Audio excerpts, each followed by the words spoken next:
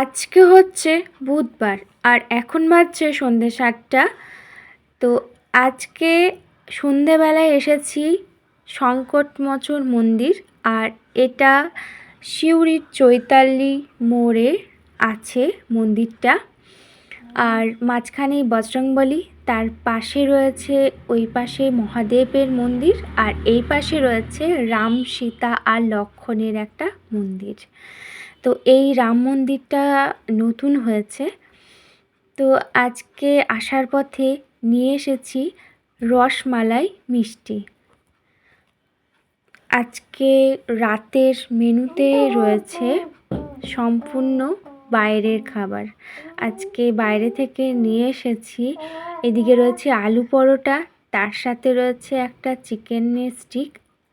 তো এই ছিল আজকের আমার একটা ছোট্ট মিনি ব্লগ।